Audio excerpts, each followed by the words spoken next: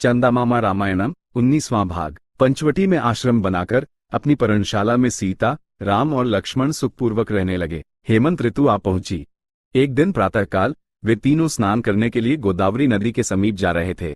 जाते समय इधर उधर की बातें करते हुए लक्ष्मण ने भरत की प्रशंसा की और ऐसे उत्तम गुणों वाले पुत्र की माता होकर भी दुष्ट आचरण करने के कारण कैकेयी की निंदा की। तभी राम बीच में आए और बोले, कैकेयी की निंदा छोड़ो, भरत के विषय में ही बात करो।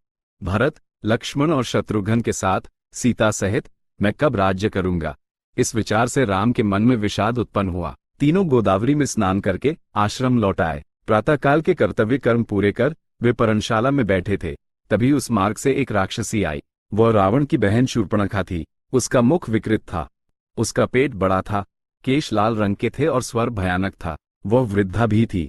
उस अनाकारी स्त्री ने राम को देखते ही मन में कामना उत्पन्न की। उसने राम को प्रणाम करके कहा, तुम्हारा वेश देखने से तुम मुनि जैसे प्रतीत होते हो, पर तुम्हारे साथ अस्त्र शस्त्र भी हैं और पत्नी भी है। तुम हमारे राक्षसों के देश में कैसे आए? राम ने उसे अपना वास्तविक वृतांत भली भांति बताया। सीता का भी परिचय देकर पूछा, तुम कौन हो, किसकी पुत्री हो? शूर्पणखा बोली, मेरा नाम शूर्पणखा है, मैं कामरूपिणी हूँ, अकेली पूरे वन में विचरती रहती हूँ। तुमने रावण का नाम तो सुना ही होगा, वो महान बल और पराक्रम वाला है। विश्ववसु का पुत्र राक्षसराज, वही मेरा भाई है। सदैव सोए रहने वाला कुंभकर्ण भी मेरा भाई है। विभीषण भी मेरा भाई है, पर उसमें राक्षसों के गुण नहीं हैं। महान पराक्रमी खर और दूषण मेरे भाई हैं। तुम्हें देखते ही अपने सभी बंधुओं को छोड़कर तुम्हारी पत्नी बन जाने की इच्छा हो रही है। मैं अत्यंत शक्तिशाली हूँ। इस सीता को छोड़कर मुझसे विवाह कर लो। ये स्त्री विकृत और कुरूप है, तुम्हारे योग्य नहीं है। हम दोनों एक दूसरे के योग्य होंगे। हम पूरे दंडकारण्य में सुखपूर्वक विचरण करेंगे। राम ने शूर्पणखा से कहा, मेरी पहले से ही एक पत्नी है। मेरी पत्नी मुझे अत्यंत प्रिय है। तुम्हें देखकर लगता है कि तुम उत्तम कुल की हो। तुम्हारे लिए सौतन होना उचित नहीं है। इसे देखो, यह मेरा छोटा भाई है। ये सुंदर और पराक्रमी है। पत्नी को साथ लाए बिना यहाँ आया है और ब्रह्मचारी रूप में रहता है। यदि तुम इससे विवाह कर लो तो तुम्हें सौतन का कष्ट नहीं रहेगा। तुरंत शूर्पणखा ने राम को छोड़ दिया और लक्ष्मण के पास जाकर उससे विवाह करने की प्रार्थना की। लक्ष्मण हंसते हुए बोले, अरे तुम तो बहुत कोमल हो। मैं सेवक के समान जीवन बिताता हूँ। यदि तुम मुझसे विवाह करोगी तो तुम भी दासी बन जाओगी। मेरे स्वामी तो राम ही हैं। उनके लिए दूसरी पत्नी होना ही तुम्हारे लिए अच्छा है। तुम जैसी सुंदरी से विवाह करने के बाद राम अपनी पहली पत्नी को छोड़ देंगे, क्योंकि वो विकृत है और वृद्धा भी है। राम और लक्ष्मण दोनों ही उसका उपहास कर रहे हैं।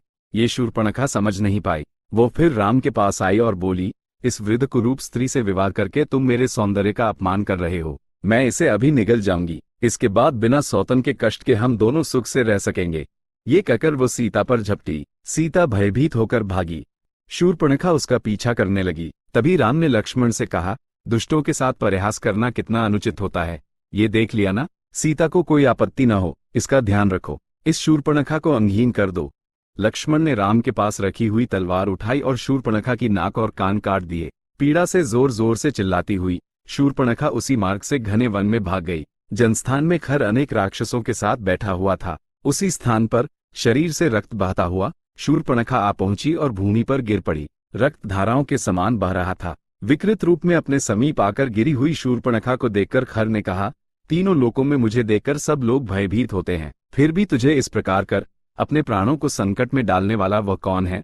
शूर्पणखा ने उससे सीता, राम और लक्ष्मण के विषय में बताया और उन्होंने उसके साथ जो अपमान किया था उसका पूरा वृतांत कहा। फिर बोली, यदि तुम उन तीनों को मारकर उनका रक्त ले आओ तो मैं उसे पी जाऊंगी। यही मेरी इच्छा है। खर ने अपने अनुचरों में से 14 को चुनकर कहा, तुम जाकर शूर्पणखा द्वारा बताए गए उन तीनों को मारो और उनका रक्त शूर्पणखा के लिए ले आओ। वे 14 शूर्पणखा को साथ लेकर राम की पर्णशाला के पास पहुंचे। शूर्पणखा ने सीता, राम और लक्ष्मण को उन्हें दिखाते हुए कहा, उन तीनों को तुरंत मार डालो। उन सभी को अस्त्र शस्त्रों सहित आते देखकर राम ने लक्ष्मण से कहा, इनका कार्य मैं देख लूंगा, तुम सीता के साथ रहो। ये कहकर राम राक्षसों के सामने गए और बोले, तुम सब किस कारण मुझ पर आक्रमण करने आए हो? यहाँ के मुनियों को राक्षसों की पीड़ा से बचाने का वचन देकर मैं ये धनुर्बाण साथ लिए हुए हूँ। यदि मेरे हाथों मरना नहीं चाहते तो तुरंत लौट जाओ। राक्षसों ने उसकी बातें सुनकर क्रोधित होकर कहा, तुमने हमारे स्वामी खर का क्रोध उत्पन्न किया है। तुम्हें मारने के लिए ही हम आए हैं। हम बहुत हैं और तुम अकेले हो, इसलिए तुम्हारे लिए मृत्यु निश्चित है। ये कहकर उन 14 ने अपने हाथों में लिए हुए शूल राम की ओर फेंके। राम ने 14 बाणों से उन सभी शूलों को मार्ग में ही काट दिया। फिर उन्हीं शूलों को उठाकर धनुष पर चढ़ाकर उन 14 राक्षसों को मार डाला। वे सभी भूमि पर गिरकर प्राण त्याग बैठे। ये देखकर शूर्पणखा भयभीत हो गई। वो जोर जोर से चिल्लाती हुई भागी और फिर खर के समीप आकर गिर पड़ी। खर ने उसे देखकर झुंझलाहट के साथ कहा, अब क्यों रो रो कर विलाप कर रही है? अभी तो मैंने तेरा कार्य सिद्ध करने के लिए लोहे जैसे बल वाले 14 राक्षसों को भेजा था। वे अजेय हैं। अब शांत रहो। शूर्पणखा बोली, तुमने उन्हें भेजा, पर वे सब उस राम के हाथों मारे गए। मैं इसलिए रो रही हूं कि मेरे मन में भय समा गया है। वह राम कोई साधारण पुरुष नहीं है। वह और लक्ष्मण दोनों ही महान पराक्रमी हैं। यदि मेरे अपमान का और मारे गए राक्षसों का प्रतिशोध लेना है तो तुम स्वयं आकर उस राम को मारो। यदि ऐसा नहीं करोगे तो तुम्हारा शौर्य केवल दिखावा ही सिद्ध होगा। जनस्थान में रहने का अधिकार भी तुम्हें नहीं रहेगा, क्योंकि किसी न किसी दिन वही राम आकर तुम्हारे प्राण अवश्य ले लेगा। और यदि तुम कहते हो कि तुम्हारे भीतर भी राम के समान बल है तो तुरंत जाकर उसे मारो। यदि मार नहीं सकते तो उसके हाथों मारे जाना ही उत्तम है। ये कहकर शूर्पणखा फूट फूट कर रोने लगी। सब राक्षसों के बीच इस प्रकार अपमानित होने से खर के भीतर प्रचंड पौरुष जाग उठा। राम के पराक्रम को क्या मैं गिनती में लाऊं? तेरे अपमान को स्मरण करते ही मेरे भीतर असह्य क्रोध उमड़ पड़ता है। मैं स्वयं राम और लक्ष्मण को काट डालूंगा, तू उनका रक्त पीना। ऐसा कहकर खर ने घोषणा की। खर के पास 14,000 राक्षसों की विशाल सेना थी। उस सेना का नायक दूषण था। दूषण ने सेना को युद्ध के लिए तैयार किया। खर रथ पर आरूढ़ हुआ और सेना सहित राम की ओर युद्ध के लिए निकल पड़ा। खर के साथ 12 राक्षस प्रमुख थे और दूषण के साथ 4 सेनापति भी थे। अपने ऊपर एक विशाल राक्षस सेना के चढ़ आने का आभास पाकर राम ने सीता को लक्ष्मण के साथ एक गुप्त गुफा में भेज दिया। उनके चले जाने के बाद राम ने अपना कवच धारण किया और राक्षसों के आगमन की प्रतीक्षा करने लगा। कुछ ही समय में कोलाहल करते हुए, भेड़ियां बजती हुई और समस्त वन में गूंज फैलाती हुई राक्षस सेना आ पहुंची। राम को चारों ओर केवल राक्षस ही दिखाई देने लगे। खर का रथ राम के निकट पर्णशालाओं के समीप आकर रुका। राक्षसों ने राम पर बाण वर्षा आरंभ कर दी। उनमें से अनेक बाणों को राम ने अपने बाणों से काट गिराया, किंतु राक्षसों द्वारा फेंके गए कुछ अस्त्रों से राम को चोटें भी आईं। फिर भी वह पर्वत के समान अचल खड़ा रहा।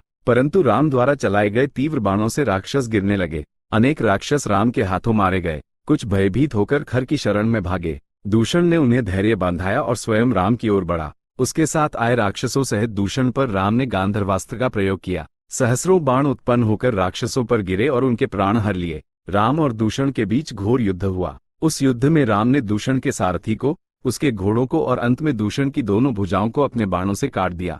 दूषण के साथ आए 5,000 राक्षस भी मारे गए। राम अकेले ही रहते हुए भी 14,000 राक्षसों का संहार कर चुका था। उनमें से केवल खर और त्रिशरा नाम का एक राक्षस ही शेष रह गया था।